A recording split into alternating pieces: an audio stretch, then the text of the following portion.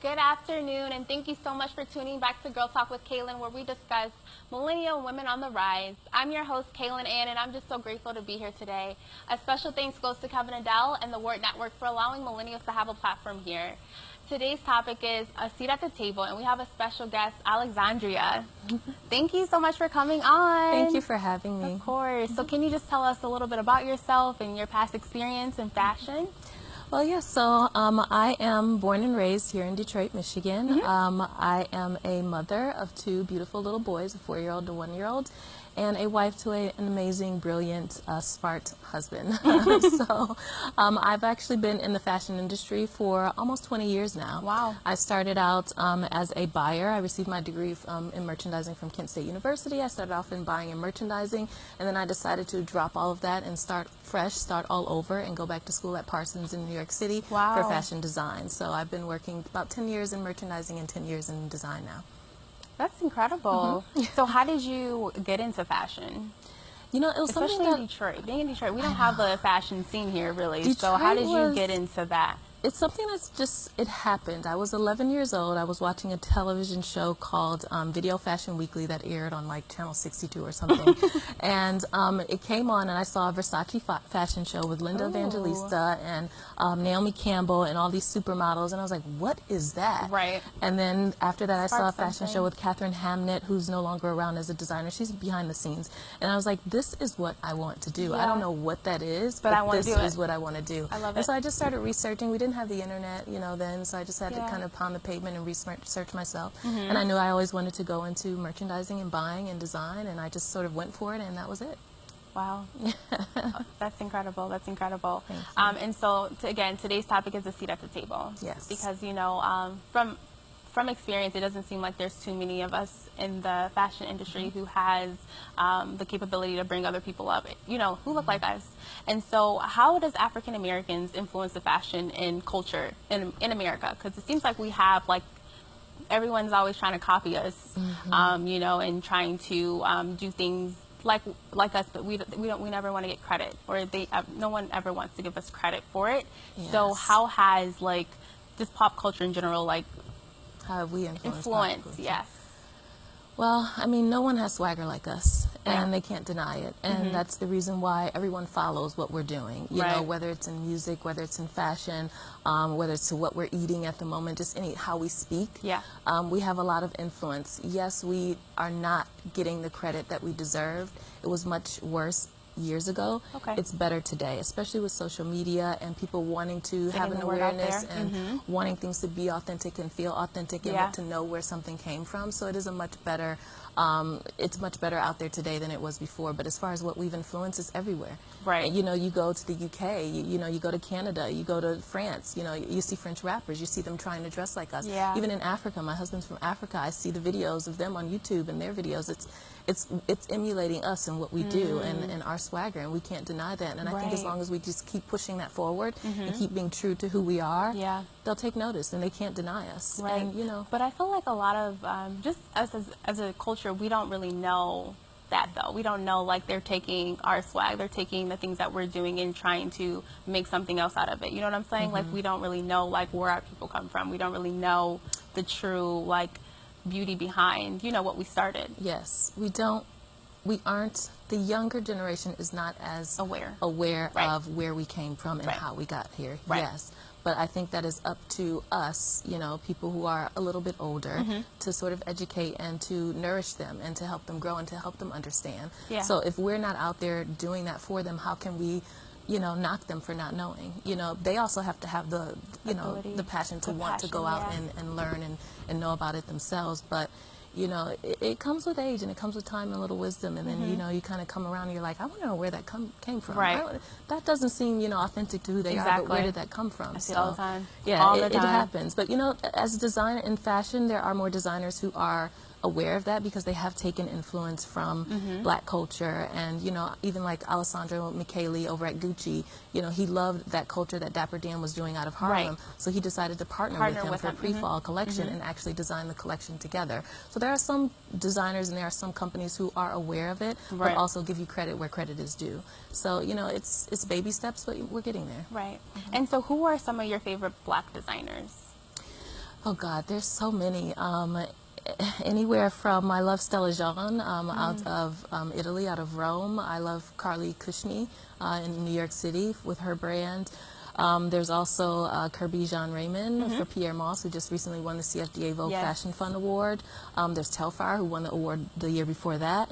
Oh my God, there's plenty. There's so many out there. And of course, I can't not mention Tracy Reese because she's, from Detroit. Exactly. And I don't think a lot of people give her the credit that she deserves. She's been around for 23 years or so, and it's hard to even have staying power, lasting power in the industry, let alone as a black woman in this industry. And I love that.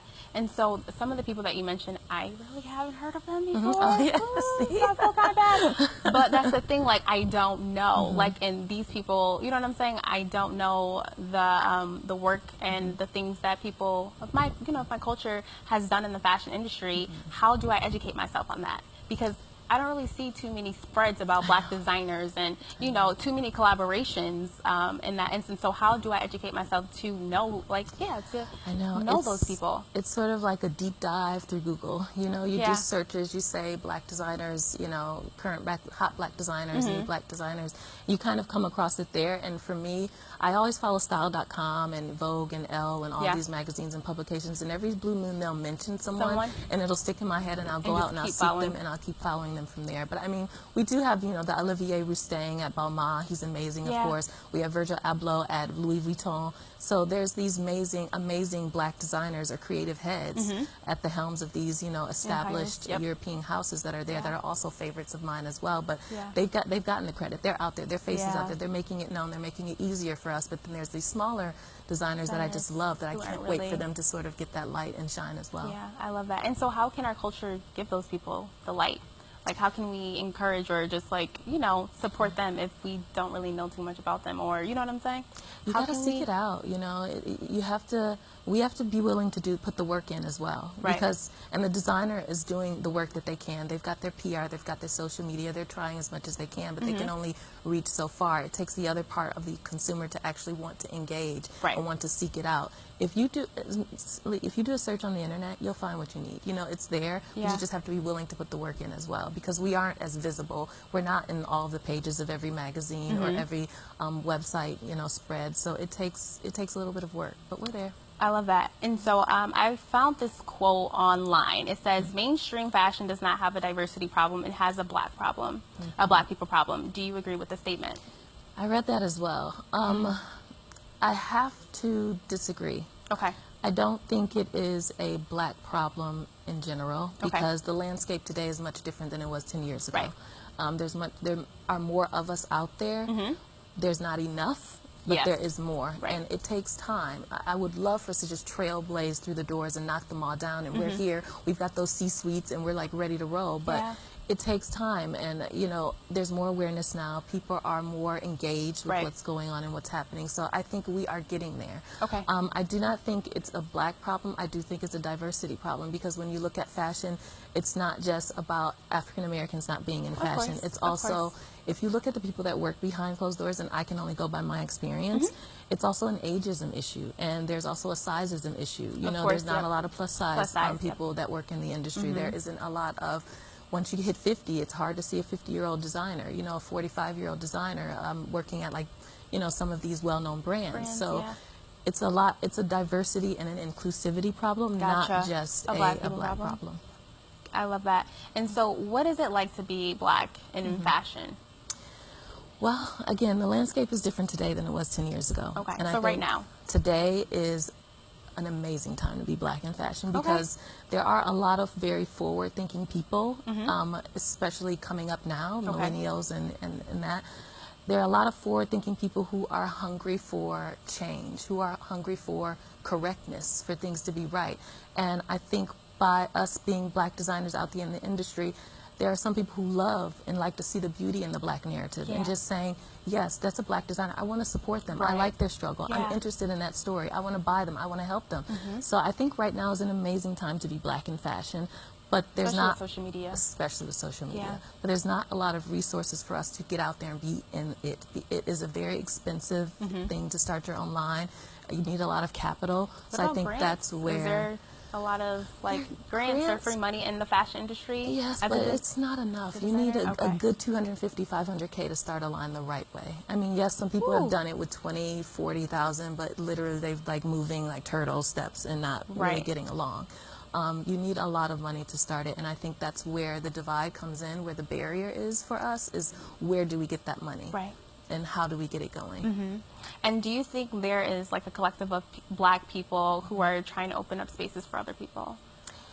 Millennials, I would say. I don't know of any, but I mean, I'm new to the area. I just moved back from New York City about a year ago, so for not me, necessarily just in the city, but like just over, like all over Chicago, New York. I mean, since you've had a lot of experience there. I know there was one in New York, and I was a part of that one years ago, but I know that that one sort of shut down.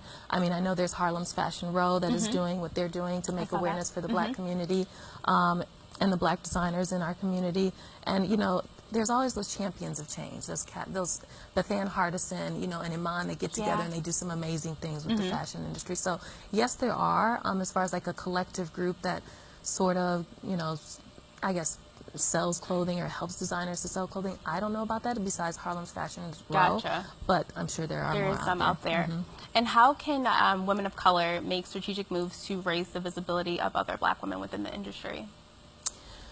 Well, I think for the ones who do have a seat at the table, and there are very, very few, I think they need to be, and once you have that seat at the table, you're kind of at the top. So you need to sort of direct your people who work under you and sort of be that guide and say, listen, be open to all people. Interview different people, different walks of life. Don't just interview the person from Parsons. And I went to Parsons, you know, that's sort of the elite school for fashion. But don't just only take the person from Parsons. Go get the person from Kent State. Go get the person from, you know, the state school, you know, that studied fashion. And just interview them. You never know what they can bring to the table. Take into account life skills, not only just what you've done at school. Because then I think that's the way to sort of open the door to bring in people who aren't a part of this elite crew, who are able to go to these very expensive schools and live in these very expensive cities to study fashion, and who have like tens of thousands of dollars to create their own collection to put online, and then from that they get a job. You know, it takes a little bit more. So I think it's those people who do have the power, who do have a seat at the table, to just trickle that down to let people know, be open. Be open to change, be open to diversity, and then try something new. You know, you have a seat, you can pull somebody else. You pull someone else up, and it's also just not about African American women as a whole, just sort of doing that initiative. I think it is us as a people in the global world in itself. You know, I think it's up to brands, big brands, to want to make sure that they have an initiative to hire more people that are of color, that are of different sizes, that are of different ages. I think it's also important for stores to want to go and seek out those young black designers who aren't well known, but they have something interesting. They're not really doing that though. They're not, but they're not doing that, especially working, having experience in like corporate a little bit, a few years. There's definitely a diversity issue, and when you have the same people in those same seats, they don't think anything of diversity and trying to bring other people into that. So again, like with us and having a seat at the table, how can our people bring other people into that position, into those positions, into those seats, so we're able to bring other people into that atmosphere, into the, into the workforce? Definitely, yeah. It's up to us, but also I have to say, time's up.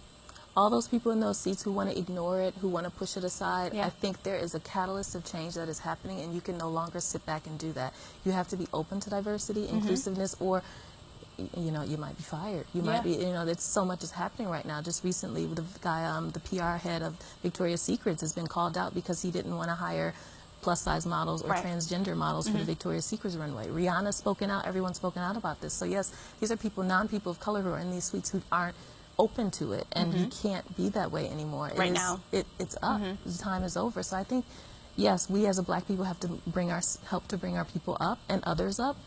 But we also have to, call out the people who aren't doing that. So that's the only way to sort of switch the hands at the table. Gotcha. And so what do you think pop culture has defined beauty as? Coming from design, as we as designers, we have to follow pop culture because it's an important part of our career. Pop culture, politics, psychology, there's so many things we have to follow when we're doing design, which people don't know about actually. But as far as pop culture defining beauty, it's hard to say. It was a Kim Kardashian era at one point, but I think now with the whole movement, that everything that's going on, Time's Up, Me Too, all of these things, inclusivity, diversity, it's the beauty standard is all across the board. You know, think you so? have. I do. I don't Okay. think it's as whitewashed as it used to be. Okay. You know, if you look at the recent covers of the magazines from Elle, Marie Claire, Vogue over the last 2 months, there's so many women of color on the covers of those magazines. That's true. And even Beyonce called out Vogue for not wanting to, Right. you know, she wanted to do the September cover, but she's like, I only want a black photographer to take my picture. That was the first time in the history of Vogue magazine that they've had a black photographer That's crazy. shoot the cover. So it's these things that sort of, you know, help to push the Empowers. culture along and sort of redefine, that pop culture redefines what beauty is. And I think it is changing. I don't think it is as whitewashed. I think there's much more out there. There's much more shapes out there. Gotcha. But I do think we still have a long way to go. And so what can we do? What do you think? Again, just be that catalyst of change. Okay. You know, be open, push people forward. When you see someone that's doing something amazing, that's different and out there, help to motivate them. Push them Support forward them in and their support brands them as and- much as you possibly Right. can. You know, we are busy in our lives and there's only so much that we can do, but just try your best. I love that. You know, bring each other up. I love that. Positivity. I love that. And so why should fashion brands market to the African Americans, but also, 'cause I know I asked you that kind of question earlier, but why do you think they haven't? Like, why do you think pop culture has not, like, truly went after who's been spending the money? Like, who truly has, like, the money and who's going out to buy these things? Well, the first part of the question, why should they market to us? I believe the Nielsen ratings recently valued the African American purchasing power at $1.2 trillion. Oh my gosh. So that is That's something that you need to tap into huge. if you want to Right. grow as a business and if you want to sustain in this industry Right. as a business. So that's the reason why they should.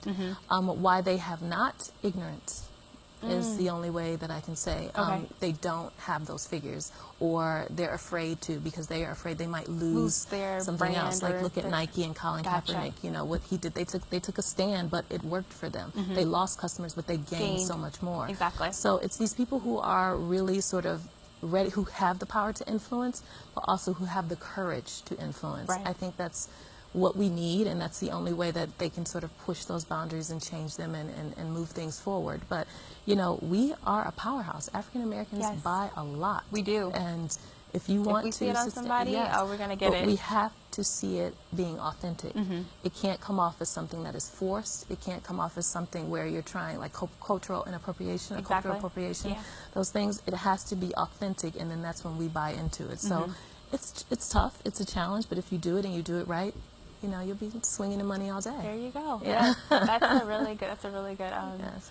Really good take on that. And I just want to thank you so much for coming on. You are Thank you. truly amazing. I loved everything that you said regarding just in fashion and, you know, how we can definitely encourage our people and influence and just be authentic in our support and bringing each other up. I really do appreciate that. If you have any last words, if you want to, you know, just say, have everybody follow you on your social media, you can, you know, share that.